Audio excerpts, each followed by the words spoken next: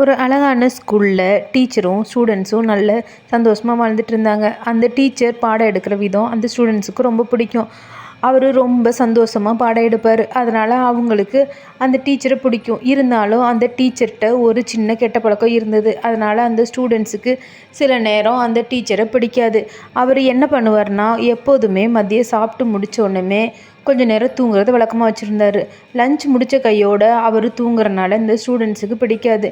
கிளாஸில் இந்த மாதிரி பண்ணுறனால ஸ்டூடெண்ட்ஸுக்கு அவர் மேலே ஒரு நல்ல அபிப்பிராயம் இல்லாமல் இருந்தது. கொஞ்ச நாள் ஆக ஆக அவர் லஞ்ச் டைம் தவிர கிளாஸ் டைம்லையும் தூங்குறத ஒரு பழக்கமாக்க ஆரம்பித்தார். இதனால் ஸ்டூடெண்ட்ஸ் அவரை பார்த்து ரொம்ப சிரிக்க ஆரம்பித்தாங்க. இந்த சார் என்ன எப்போ பார்த்தாலும் தூங்கிட்டே இருக்காரு, தூங்க மூஞ்சி சார் போல் அப்படின்னு அவங்க எல்லாம் கேலி செஞ்சு சிரிக்க ஆரம்பித்தாங்க.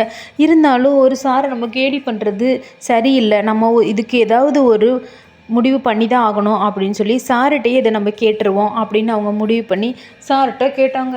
ஏன் சார் நீங்கள் இந்த மாதிரி தூங்குறீங்க அப்படின்னு.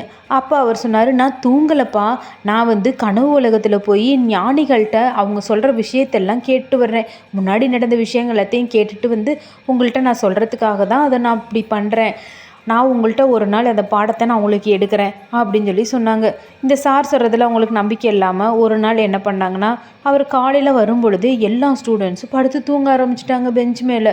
காலையில் தன்னோட கிளாஸுக்கு வரும்பொழுதே இந்த மாதிரி தூங்கிக்கிட்டு இருக்கதை பார்த்து அந்த சாருக்கு, என்னடா இந்த பசங்கள்லாம் எப்படி தூங்குறாங்க, ஆனால் நம்ம கோவப்பட்டு கேட்க வேணாம், நம்ம கேட்டுருவோம் அப்படின்னு சொல்லிட்டு ஸ்டூடெண்ட்ஸ்கிட்ட, என்னப்பா எதுக்கு இப்படி தூங்குறீங்க எல்லா பேரும் காலையிலேயே அப்படின்னு எல்லாத்தையும் எழுப்பி விட்டு கேட்டார்.